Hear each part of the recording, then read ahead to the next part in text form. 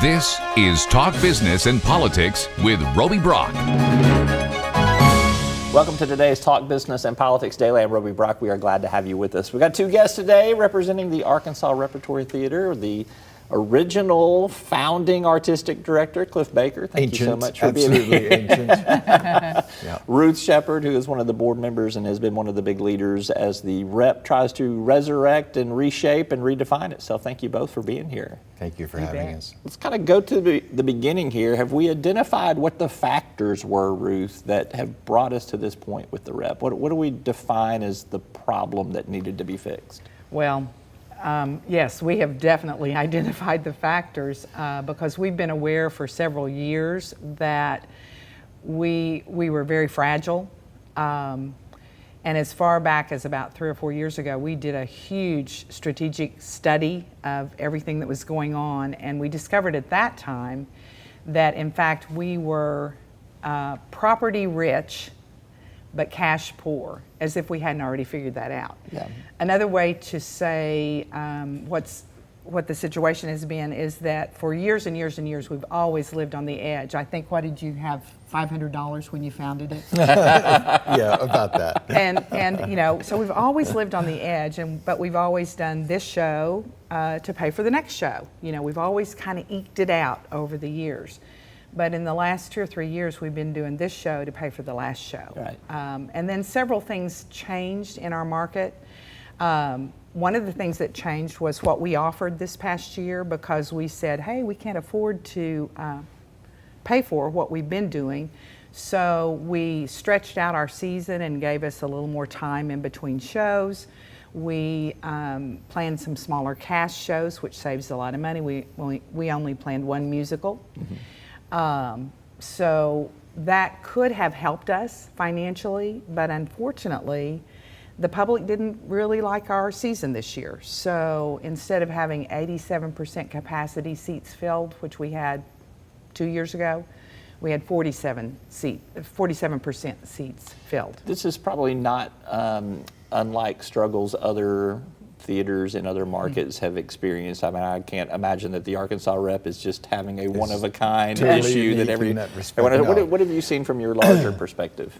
Well, first off, I think everyone was as shocked as I was that it had accumulated. The debt for the Rep had accumulated due to the properties we owned, and all it took were a couple seasons to really throw us in arrears. And I think it surprised everyone. That syndrome is, of course, the sort of the state of the arts in our country, because federal funding and state funding, both for arts education as well as supporting the arts direct on, have dropped radically. Mm-hmm. I think what we found is that about almost 6-7 years ago, the Rep under Bob Hupp's leadership was really blooming. Mm-hmm. And he was having one success after another. Things seemed to be going beautifully. And based on the success of that, budgets were built. Mm-hmm. And this is across the board. This is around the country. This is kind of how it happens, unfortunately. Happened for you too. I mean, yeah. Over the years. Oh, I mean, my you started goodness, with $500. yes. I mean, and then Yeah. your budget got a little bigger. Just to be fair, it was a little more than $500, but it was an amazing founding of the theater, because the Arkansas Arts Council gave us $50,000 before we had a building. Because they saw it as a developing art form, something that really needed to happen in the state. This is 42 years ago. And then one of our patrons threw a party to sell subscriptions. We didn't have a building, we didn't have a season, and we sold 300 subscriptions. Wow. So it said something about the community really wanted to see it happen. And over these 42 years, it's been growing robustly until a few years ago. Well, and I think this is where the Repertory Theater is at this point too. I mean, you see times change, and you look at maybe the age of the horse and buggy and it was replaced by the automobile. That is not the case with the theater. You have to reinvent yourself. You have to do something different to cater to the marketplace, but it's not like you're becoming extinct. Theater's been around since Greek civilization. So, I mean, Absolutely. I don't think it's going anywhere anytime soon. So tell me, Ruth, how you guys are going to redefine yourselves. Well, one really key point I want to make is that the rep will be different because obviously we can't support the budget that we had before. So it will be smaller. But I want to say, and this is important, and I know that Cliff agrees, and everyone who's on our planning team agrees, we don't want to develop the rep light, L-I-T-E. Mm-hmm. What we want to develop is the rep lean, L-E-A-N. Because we know we've got to be smaller in terms of budget, in terms of what we put on the stage, but we still want to be a serious, professional, affordable, sustainable theater for this community. And so that's really the key. That's what we're looking for. And we don't yet know exactly what that's going to look like. It doesn't have to compromise quality is the bottom line. No, in fact, it No. was the banner that everybody on the board immediately raised. They said the thing that distinguishes the rep from the 5 community theaters, the Children's Theater, what have you, is the commitment to professionalism. Mm-hmm. And it's what has made us stand out in this entire region for these 42 years. So they are fully in support of a robust professional theater with union ties and what have you. The problem, Roby, is that now we've taken a look at just what the community at this particular point in time really can support. Mm-hmm. And it's smaller than the institution the rep has grown into. And so with that in mind, we're looking at a leaner season, but a very diverse and I think exciting one, probably a shorter season. We're looking at kicking in some programming in our second stage, the annex across the street from us. Mm-hmm. We're selling one of our pieces of property to help mitigate some of this debt that has been carried for a number of years. So I think it's all moving in the right direction. And as we've called around the country and talked to other theaters that are our size or smaller and larger, it's sort of what you say, you can't, what is there to reinvent when it comes to the theater? What we're looking at is what's a model that can sustain us, mm-hmm. Which means the size shows, the kind of equity contract we have, and then the support of the community. What does the community want? And you have had a huge rally from the Central Arkansas community in particular, and I do want to touch a little bit on that, but you were asking for more input from them too. I think later in June you're going to have basically kind of an open call, if I may use it. Absolutely, go to for say, it. come tell us what you want this theater to be. What do you expect from that?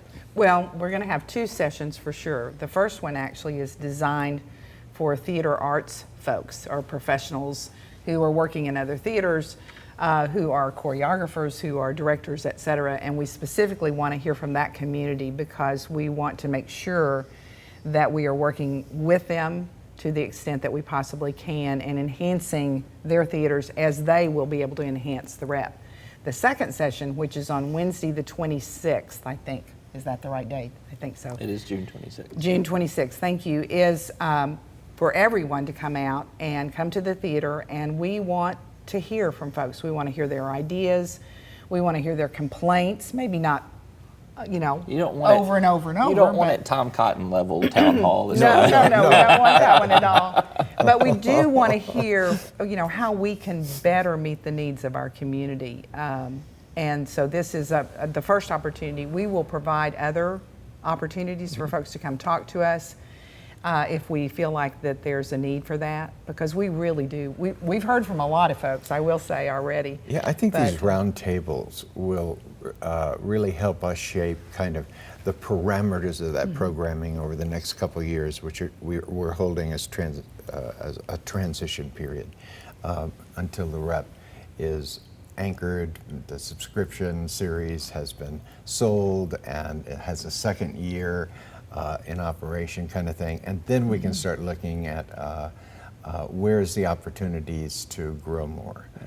Right now we're looking at where are the opportunities to keep the rep vital and alive and open so that people are coming in and out of that building and see what a great So resource final they have. thought-provoking question for both of you here is, Do you think this will be an artistic solution or a financial solution? Oh, both. Yeah, it's both. Absolutely both. Because it matters what artistic choices we make. But I will say that what we need for folks to do is to buy the rep like they buy Razorback tickets. You know, you buy the season for the Razorback basketball team or the football team, and they're not going to win all their games. So we need folks to buy the rep, even though they know one show, oh, I'm not going to like that one, but they might be surprised. And so we need them to buy the rep and take the journey with us. So it's a financial solution because we've got to have the support of the community. We used to have 3,200 season ticket holders kind of at our height. We need 3,200 season ticket holders. Let's go higher, Ruth. Let's go 3,500. Let's I go like that. 3,500. We need that.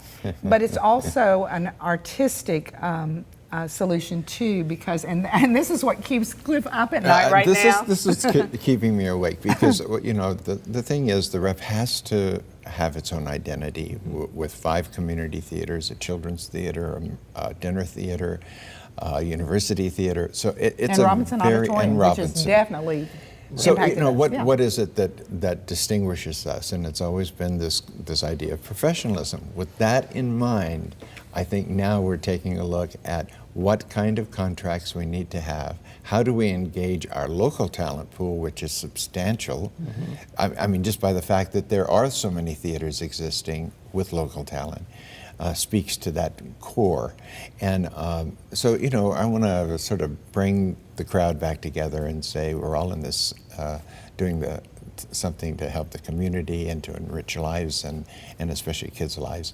And so how do we make it work better for all of us, not just the rep? And I'm excited about next week's discussion group because it is the theater crowd. Yeah. And I encourage all of you who are interested in the theater, performance, technical, supporting, to join us for that session. All the world's a stage. We're merely Here players. we are. Right. I know that you guys will be successful. You got your heads on straight with this, and I can tell that the community is behind this 100%. I know that tough times, but you guys will come through it with flying colors. Well, one more note. Before we offer that season and we ask people to buy their tickets, they need to write a check too. You know, this is nonprofit, so. Yep. And as you know, we've got this wonderful grant, matching grant from the Wingate Foundation. So 1.25 million? 1,025,000. Gotcha. But just so people know that for every dollar they give, it turns into 2. And so a $1,000 gift becomes a $2,000 gift, and that's, you know, that's fantastic. And I want to thank the Wingate while we can. So. All right. Thank you both for being here, Ruth. Yeah, thank you, so much. All right. Appreciate it. That's all for today's program. Thank you for tuning in. I'm Roby Brock. We'll see you next time. Arkansas Electric Cooperative Corporation provides electric energy across 2/3 of Arkansas.